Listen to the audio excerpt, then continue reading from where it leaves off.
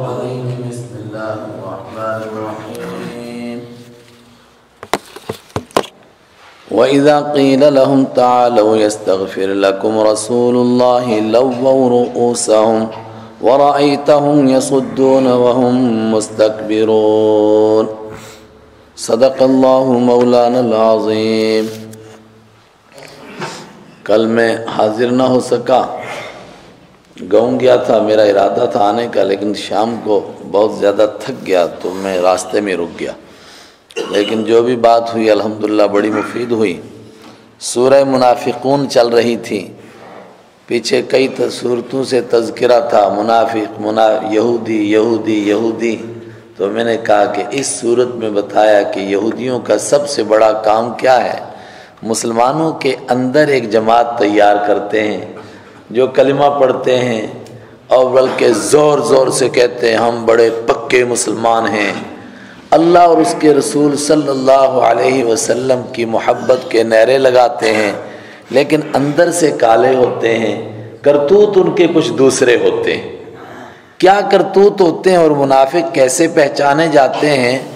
وہ اس صورت کے پس منظر سے، جس موقع پر یہ صورت نازل ہوئی ہے، جس کی بنیاد پر کہا گیا کہ آپ کے پاس منافق آتے ہیں اور کہتے ہیں نشہد انک لرسول اللہ، ہم پکی گواہی دیتے ہیں آپ اللہ کے رسول ہیں۔ اللہ نے فرمایا مجھے معلوم ہے آپ میرے رسول ہیں، لیکن اللہ بھی گواہی دیتا ہے کہ منافق جھوٹے ہیں، جھوٹ بول رہے ہیں۔ ظاہری طور پر بات تو سچی کہہ رہے ہیں، فرمایا نہیں سچی کہہ رہے ہیں، دل میں کچھ اور ہے، زبان پر کچھ اور ہے۔ یہ خاص طور سے ایک واقعہ پیش آیا تھا مدینہ منورہ جانے کے بعد، یعنی ہجرت کے بعد، ہجرت کے چوتھے سال یا ہجرت کے 5ویں سال، اور اکثر کا خیال ہے ہجرت کے 6 سال، سن 6 ہجری شوال کے مہینے میں ایک واقعہ پیش آ گیا۔ اس واقعہ کوئی یعنی ایک جنگ ہوئی، جنگ تو کوئی بڑی نہیں ہوئی اور بہت زیادہ آپ اس کا تذکرہ اسلامی جنگوں میں نہیں سنتے ہیں، غزوہ بدر کا، غزوہ احد کا، غزوہ خندق کا جس طرح تذکرہ سنتے ہیں، مگر اس میں منافقت کس طرح چھلک کر سامنے آئی، اس کے کئی واقعات پیش آ گئے ایک ہی غزوے کے اندر۔ غزوہ کیا ہے پہلے اس کو تھوڑا سا سن لیجئے تاکہ بات سمجھنے میں آسانی ہو۔ آپ کو اچانک اطلاع ملی کہ بنو مستلق نام کا ایک قبیلہ ہے مدینہ منورہ سے کچھ کلومیٹر کی دوری پر ہے، کچھ 100 کلومیٹر کی دوری پر۔ اس کا سردار ہے حارث بن ابی ذرار، اس نے ایک زبردست لشکر تیار کیا ہے اور مدینہ منورہ پر صبح و شام حملہ کرنے والا ہے۔ آپ صلی اللہ علیہ وسلم کو اطلاع ملی تو آپ نے ایک صحابی حضرت صہیب اسلمی کو بھیجا کہ آپ تحقیق کر کے آؤ۔ وہ 3 دن کے بعد واپس آئے اور انہوں نے کہا کہ بالکل حقیقی بات ہے، بس حملہ ہوا ہی چاہتا ہے۔ آپ نے صحابہ کرام کو حکم فرمایا کہ اس کا انتظار کریں کہ وہ مدینے پر حملہ کریں اور پھر ہم ان کا دفاع کریں، بہتر ہے کہ ہم ان کے علاقے میں جا کر ان کا مقابلہ کریں۔ صحابہ کرام تیار ہو گئے، لیکن اس میں 2 باتیں اور ہوئیں۔ کیا؟ ایک تو منافقوں کی بڑی تعداد تیار ہو گئی، وہ کس لیے؟ ان کو یقینی طور پر معلوم تھا کہ اللہ کے رسول صلی اللہ علیہ وسلم کی اللہ کی طرف سے مدد کی جاتی ہے، تو ہم بھی جائیں گے اور فتح تو ہوگی اور مسلمانوں کو مال غنیمت ملے گا، تو ہم تو فری میں مال غنیمت لے کر آ جائیں گے، جنگ یہ کریں گے، مال ہم کو ملے گا۔ اس لالچ میں منافق ساتھ ہو گئے، اور کچھ دیہات کے وہ سچے اور پکے مسلمان بھی ساتھ گئے کہ جو ایمان کے پکے تھے مگر اسلامی آداب ابھی بہت اچھی طرح سیکھ نہیں پائے تھے۔ وہاں جنگ تو بڑی نہیں ہوئی، وہ حارث بن ابی ذرار ایک چشمے کے پاس اپنی فوج کو جمع کر رہا تھا، اس چشمے کا نام تھا مریسی، اس وجہ سے اس جنگ کو جنگ مریسی بھی کہتے ہیں اور جنگ بنو مستلق بھی کہتے ہیں۔ جب ایمانی لشکر وہاں پہنچا، آپ کا طریقہ کار کیا تھا کہ کسی بھی دشمن قوم پر رات میں حملہ نہیں کرتے تھے، کہیں اچانک بے خبری میں کوئی عورت قتل نہ ہو جائے، کوئی بوڑھا قتل نہ ہو جائے، کسی بچے کو چوٹ نہ لگ جائے۔ صبح سویرے آپ حملہ کرتے تھے، جس میں قرآن پاک نے اشارہ کیا والعادیات ضبحا فالموریات قدحا۔ ایک صاحب ایک دن میرے پاس آئے، کہنے لگے میرے پاس وقت کم ہے، میں جلدی چلا جاؤں گا، مگر میں آپ سے والعادیات ضبحا کی تفسیر سننا چاہتا ہوں۔ میں نے کہا حضرت ہمارا تو سبق بہت پیچھے ہے، تو چلو مجھے اگر کہیں دھیان آ گیا تو میں کھینچ کے لے آؤں گا ادھر، لیکن وہ میرے ذہن سے بات نکل گئی، آج یاد آئی وہ بات۔ قرآن پاک نے اس کو بیان کیا فالمغیرات صبحا، صبح سویرے رحمت عالم صلی اللہ علیہ وسلم نے ان کے گاؤں کا رخ کیا، اور یہ چشمے کے گرد جمع ہو رہے تھے، لیکن ایمانی لشکر کو انہوں نے جیسا دیکھا، اللہ نے ان کے دلوں میں ایسا رعب ڈالا کہ یہ سب کچھ چھوڑ کر کے بھاگ گئے۔ ان کے جوان تو جنگلوں کی طرف بھاگے، مگر ان کی عورتیں اور ان کے بچے اور ان کے بوڑھے 200 گھروں کے لوگ گرفتار ہو گئے، بلکہ بعض نے تو کہا 700 لوگ گرفتار ہو گئے، جن کا تعلق 200 گھروں سے تھا، 700 لوگ وہ گرفتار ہوئے۔ اور ان کی گرفتاری بھی عجیب، اور ان کی آزادی بھی عجیب، اور ان کا ایمان قبول کرنا بھی عجیب۔ چلو پہلے وہی پورا کرتے ہیں۔ آپ صلی اللہ علیہ وسلم ان کو لے کر کے واپس آئے، مدینہ منورہ پہنچے۔ حارث بن ابی زرار کی بیٹی جویریہ بھی ان میں شامل تھی۔ مدینہ منورہ میں کوئی قید خانہ تو تھا نہیں، قیدی صحابہ کے بیچ میں بانٹ دیے جاتے تھے۔ حضرت جویریہ بھی بٹ گئیں، اور وہ بھی ایک صحابی حضرت قیس رضی اللہ تعالی عنہ کے یہاں پہنچی، تو ان کی پریشانی دیکھ کر کے، ایک سردار کی بیٹی ہیں، بہت غمزدہ مغموم گرفتار ہو کر کے آئیں، تو انہوں نے کہا کہ دیکھو حملہ تم لوگوں نے کیا ہے، ہم نے تو نہیں کیا، اگر تم کچھ تاوان جنگ، کچھ جرمانہ، کچھ فدیہ دے سکو تو آزادی لے لو۔ تو انہوں نے کہا فدیہ کس سے لوں؟ تو انہوں نے ان کو مشورہ دیا کہ حضور صلی اللہ علیہ وسلم سے ہی چندہ کر لو۔ دیکھیے عجیب بات ہے، فدیہ بھی ہم کو دینا، جرمانہ، جنگ کا جرمانہ بھی دینا ہے، حملہ بھی انہوں نے کیا، مگر چندہ بھی ہم سے۔ وہ یو پی کا محاورہ ہے کہ کسائی بکرے سے ہی چھرا مانگ رہا ہے، لا تجھے ذبح کروں۔ لیکن امید یہی تھی کہ اسی گھر سے ملے گا۔ حضرت جویریہ چندے کے لیے گئی رسول پاک صلی اللہ علیہ وسلم کے پاس کہ آپ کو معلوم ہے میں سردار کی بیٹی ہوں، گرفتار ہو گئی، ایسے حالات پیش آئے، تو مجھے کچھ چندہ دیجئے تاکہ میں تاوان جنگ اور وہ فدیہ دے کر کے آزادی حاصل کروں۔ آپ نے فرمایا اس سے بہتر تمہیں میں طریقہ نہ بتاؤں؟ انہوں نے عرض کیا وہ کیا طریقہ ہے؟ فرمایا تاوان جنگ میں دے دیتا ہوں، تم آزاد ہو جاؤ، آزاد ہونے کے بعد اگر تمہارا دل چاہے تو تم اللہ کو پسند کر لو، اللہ کے دین کو پسند کر لو، اور اللہ کے رسول کو پسند کر لو، نکاح کر لو مجھ سے۔ اب بہت سارے لوگ اعتراض کرتے ہیں کہ آپ نے ایک سے زیادہ کیوں نکاح کیے، لیکن یہ آج کے من کے کالے، ظاہر کے گورے، اندر کے بڑے ہی کالے ہیں۔ اس دور میں یہودی بھی تھے، عیسائی بھی تھے، اور مشرک بھی تھے، اور کوئی لمحہ نہیں چھوڑتے تھے کہ اگر ان کو موقع ملے تو اسلام پر اعتراض نہ کریں، مگر یہ اعتراض کسی نے نہیں کیا، چونکہ وہ دیکھ رہے تھے کہ اس کا اگر اعتراض کریں گے تو آسمان کی طرف تھوکنے کی طرح ہوگا، تھوک ہمارے منہ پر پڑے گا، یعنی لوگ کہیں گے بھئی یہ کوئی اعتراض کی بات ہے۔ اعتراض نہیں کیا کسی نے، کیوں؟ وہ دیکھ رہے تھے۔ حضرت جویریہ رضی اللہ تعالی عنہ بن گئی بعد میں، بلکہ ساری امت کی ماں بن گئی، اب کہیے رضی اللہ تعالی عنہ۔ انہوں نے کہا یہ تو بہت اچھی بات ہے، اس میں کیا برائی ہے؟ آپ نے ان کا تاوان جنگ بھی دیا ان کو، انہوں نے بیت المال میں جمع کرایا، وہ جس طریقے سے ادا دینا تھا اس طرح دیا، وہ آزاد ہو گئی، آزاد ہو گئی۔ رحمت عالم صلی اللہ علیہ وسلم نے ان سے نکاح کر لیا۔ آپ نے جیسا نکاح کیا صحابہ کرام کو پتہ چلا یہ تو رسول پاک صلی اللہ علیہ وسلم کے سسرالی رشتہ دار ہیں، اب ان کو کیسے قید کر رکھ سکتے ہیں؟ تو 200 گھروں کے لوگ، جن کو بعد نے کہا 700 لوگ تھے، سب کے سب ایک ہی دن میں آزاد ہو گئے۔ ہم نے کہا ان کو کیسے گرفتار رکھیں، ان کو آزاد کر دو۔ سب کے سب آزاد کیے، اپنے علاقے میں گئے، لیکن ہفتہ 10 دن نہیں گزرے تھے کہ سب کے سب ایمان لے آئے۔ وہ یہودیوں کی طرح اندر کے کالے نہیں تھے، صاف دل لوگ تھے۔ ان کو تو لگا کوئی باہر سے آگے جی نیا دین پھیلا رہے ہیں، جب ان کو پتہ یہ تو بہت زبردست بات ہے، سب کو ایمان نصیب ہوا۔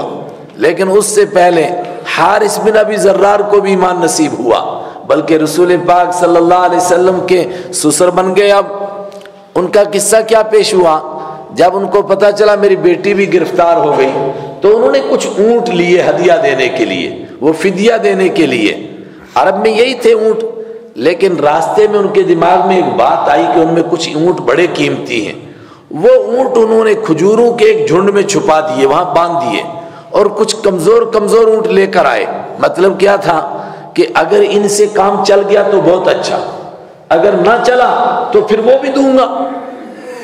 آپ کی خدمت میں آئے اور عرض کرنے لگے ہم سے غلطی ہوئی، ہم نے آپ پر حملے کا پلان بنایا، جوابی حملے میں ہمارے لوگ کچھ مارے بھی گئے اور گرفتار بھی ہوئے، میری بیٹی بھی گرفتار ہوئی، میں جرمانہ قبول کرتا ہوں، آپ میری بیٹی کو آزاد کر دیجئے۔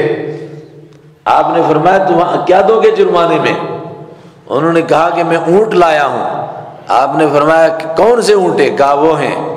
آپ نے فرمایا اس سے اچھے اونٹ نہیں تھے تمہارے پاس؟ تو انہوں نے کہا نہیں، بس میں تو غریب آدمی ہوں، بے شک سردار ہوں مگر غریب ہوں، میرے پاس تو یہی تھے۔ آپ نے فرمایا وہ جو کھجور کے جھنڈ میں ان کا کیا حال ہے؟ اللہ نے وحی کے ذریعے سے آپ کو بتایا۔ انہوں نے جب یہ بات سنی انہوں نے کہا آپ کو کیسے معلوم ہوا؟ فرمایا مجھے اس نے بتایا جو ہر جگہ موجود علام الغیوب ہے، مجھے اس نے بتا دیا۔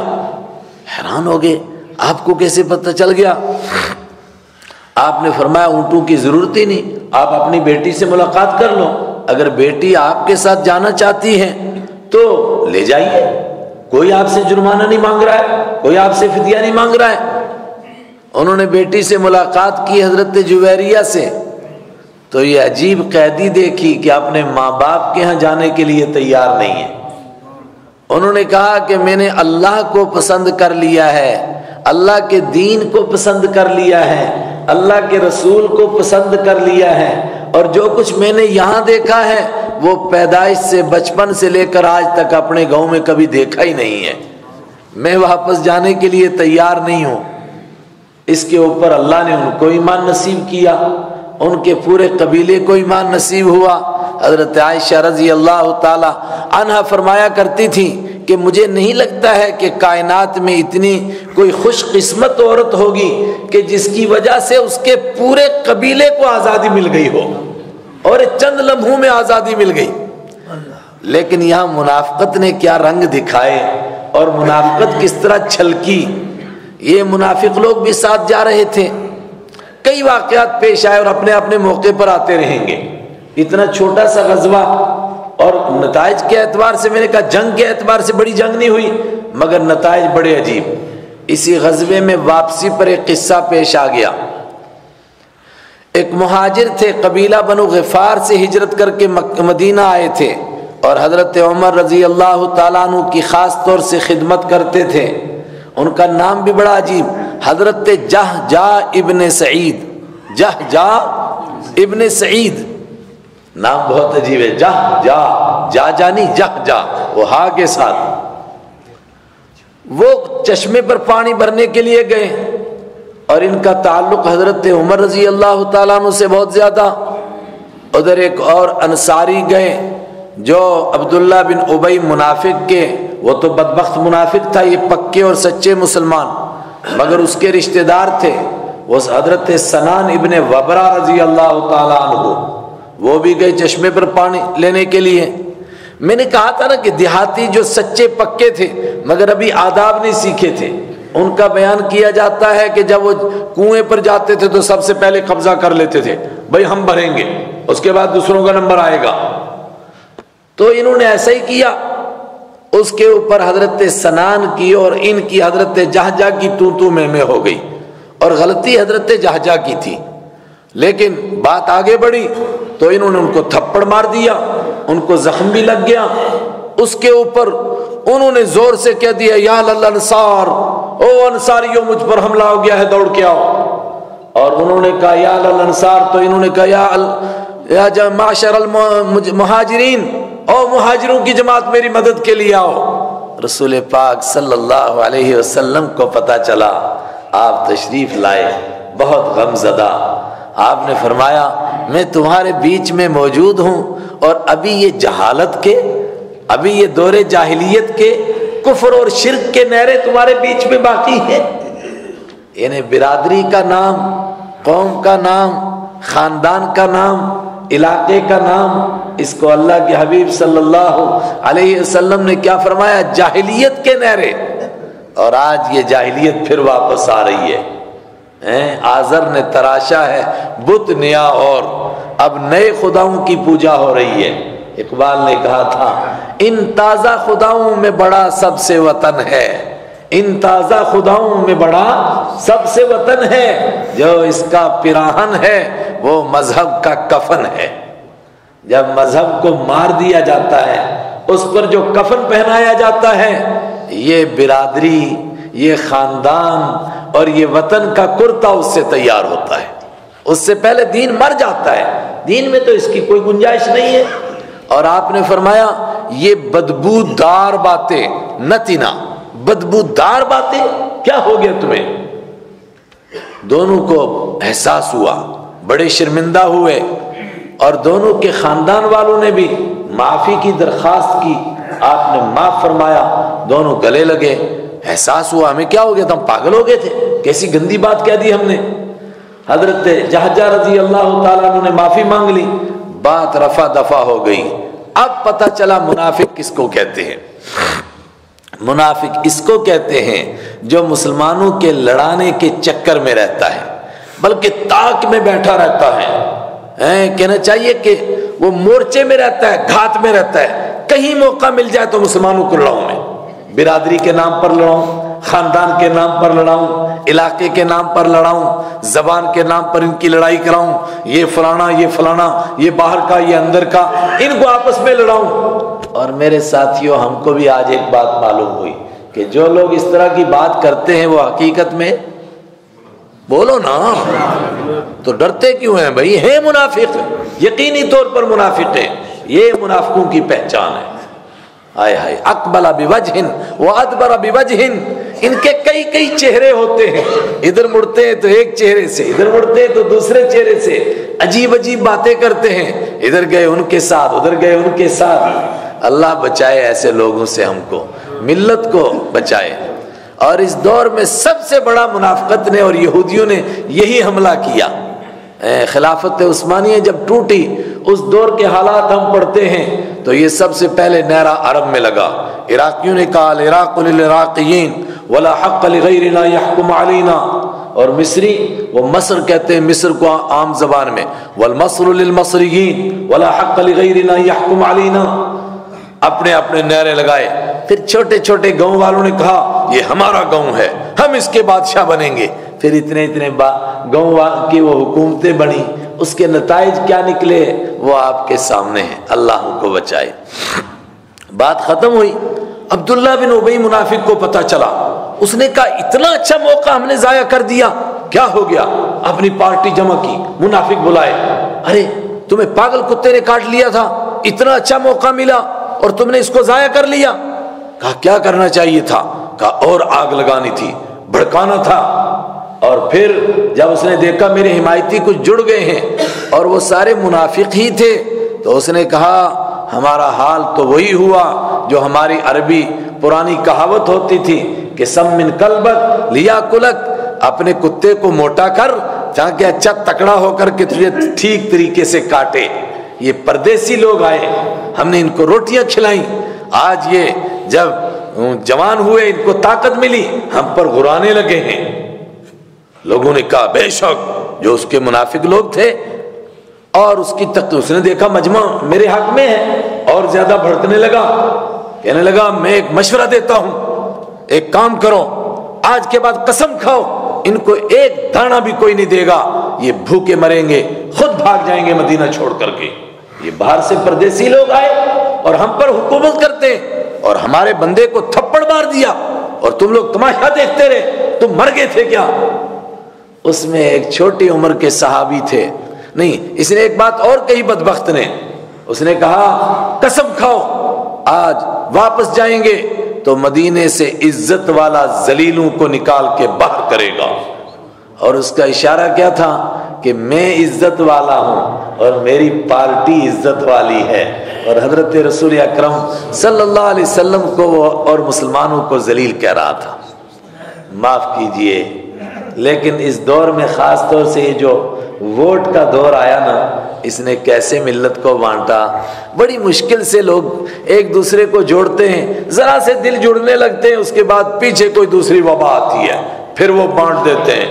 ایک کھڑا ہو جاتا ہے مجھے ووٹ نہیں دیا بیڑا غرق ہو جائے گا، دوسرا کہتا ہے مجھے نہیں دیا تو ان کا بیڑا غرق ہو جائے گا۔ پھر کس طرح ملت بٹتی ہے۔ انہوں نے سن لیا، انہوں نے کہا اللہ عزت والا ہے، اللہ کے حبیب عزت والے ہیں، ایمان والے عزت والے ہیں، تو ذلیل ہے، کیا بات کر رہا ہے تو؟ وہ ڈر گیا۔ منافق کی یہ دوسری پہچان ابھی قرآن پاک نے بیان کی، کیسا ہوتا ہے؟ ڈرپوک ہوتا ہے، بزدل ہوتا ہے۔ کل صیحۃ یحسبون علیہ، کہیں ٹائر پھٹے وہ کہتے پتہ نہیں دھماکہ ہو گیا بھائی، پتہ نہیں کیا ہو گیا، اب شاید میری مصیبت آ جائے گی۔ یہ منافق کی دوسری پہچان، وہ ڈر گیا، کہنے لگا نہیں میں تو ایسے ہی آزما رہا تھا، یوں ہی بات کر رہا تھا، آپ ناراض ہو گئے کیا؟ نہیں آپ ناراض نہ ہوجئے۔ حضرت یہ جن زید بن ارقم رضی اللہ تعالیٰ عنہ جنہوں نے سنا تھا، انہوں نے حضور اکرم صلی اللہ علیہ وسلم کو اس کی یہ بات پہنچائی۔ اس کو بلایا آپ نے کہ تو نے ایسا ایسا کہا، یہ چرب زبان، وہ تو پیچھے ابھی کہا نا قرآن پاک نے کہ جب یہ بات کریں گے تو آپ ان کی بات کو سننے کے لیے نہیں سنا، مجبور ہو جائیں گے۔ ایسی لچھے دار باتیں، ایسے سیٹ کیے ہوئے جملے، یہ آپ کے دربار میں گیا کہ آپ تو نے ایسا کہا ہے؟ انہوں نے کہا ہائے ہائے ہائے، یہ زبان جل جائے، ہائے ہائے ہائے، میرے اوپر آسمان سے بجلیاں گریں، میں تو آپ کے مبارک چہرے کو جب تک نہ دیکھ لوں تو مجھے رات کو نیند نہیں آتی ہے۔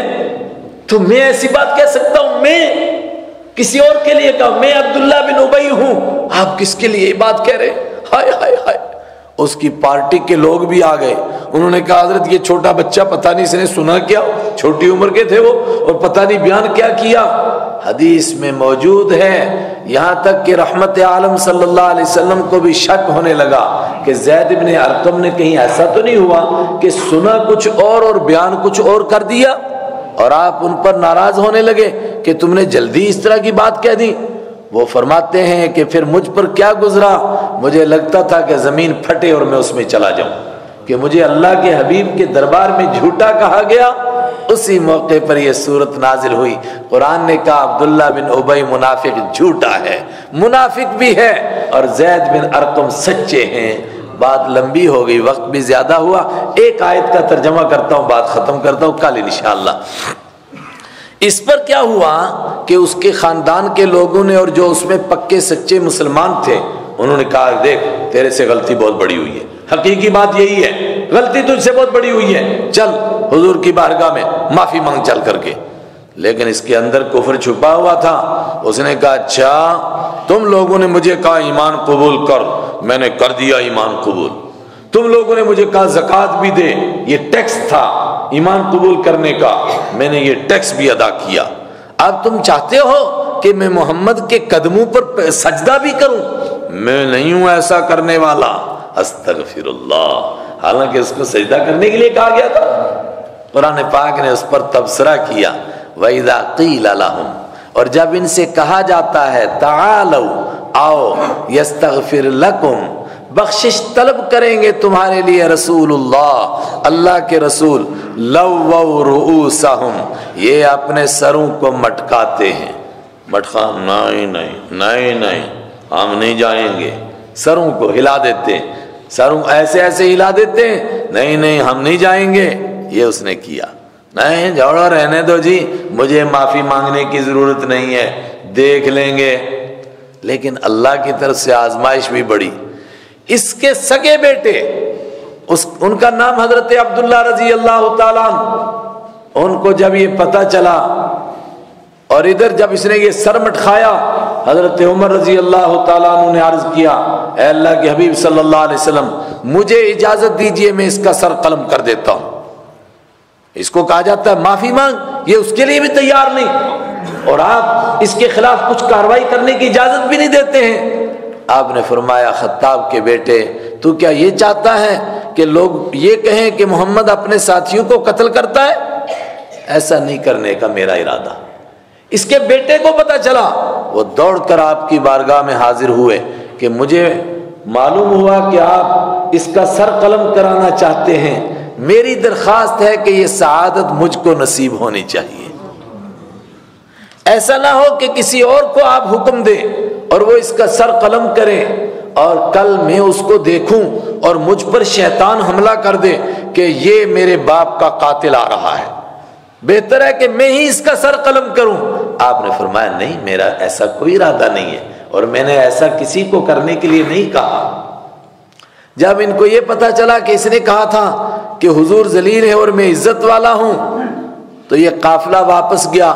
جب مدینہ کے قریب پہنچا، مدینہ میں داخل ہونا تھا، وہ تلوار لے کر کے باپ کے سامنے کھڑے ہو گئے، کہا کہ تجھے آگے نہیں جانے دوں گا جب تک تو یہ نہیں کہے گا کہ میں ذلیل ہوں اور اللہ کے رسول عزت والے ہیں، اور جب تک مجھے حضور اجازت نہیں دیں گے۔